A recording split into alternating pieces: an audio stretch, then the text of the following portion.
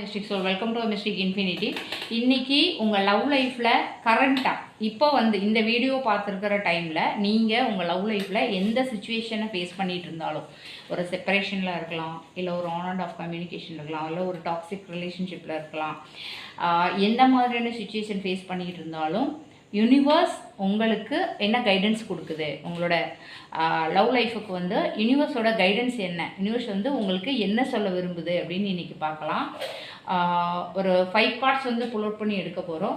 So ஒரு நல்ல clarity உங்களுக்கு கிடைக்கணும் அப்படின்னா இந்த பாசிட்டிவ் எனர்ஜியை நீங்கள் கிளைம் பண்ணணும் அப்படின்னா கமெண்ட் பண்ணுங்கள். இப்போ கார்டை சஃபிள் பண்ணிக்கலாம்.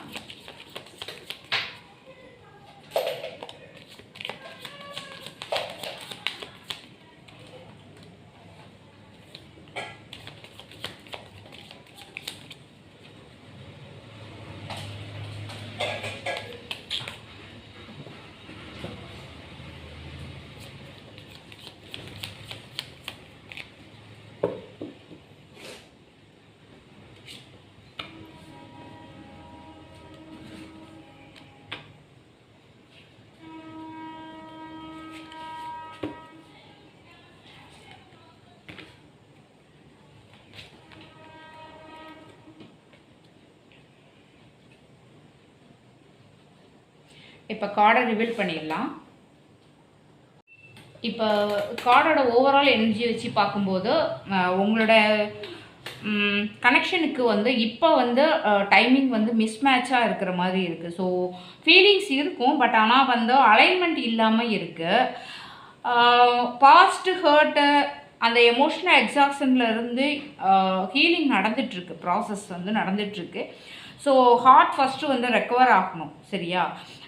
தென் நீங்கள் ஒரு சில டிசிஷன் எடுக்கணும் அப்படின்னா உங்களுக்கு தெரிஞ்ச ஒரு ட்ரஸ்டட் ஃப்ரெண்டு, இல்லை அப்படின்னா உங்கள் ஃபேமிலிகிட்ட, இல்லை அப்படின்னா ஒரு ஸ்பிரிச்சுவல் கைடன்ஸ், உங்களுக்கு பிடிச்ச தெய்வத்துக்கிட்ட நீங்கள் இதுக்கு என்ன நான் டிசைட் பண்ணுறது அப்படின்னு சொல்லி நீங்கள் அவங்ககிட்ட நீங்கள் கலந்து பேசி ஒரு முடிவெடுங்க. ஏன்னா நீங்கள் தனிப்பட்டு அலோனாக முடிவெடுக்க வேண்டாம் அப்படின்னு யூனிவர்ஸ் சொல்கிறாங்க.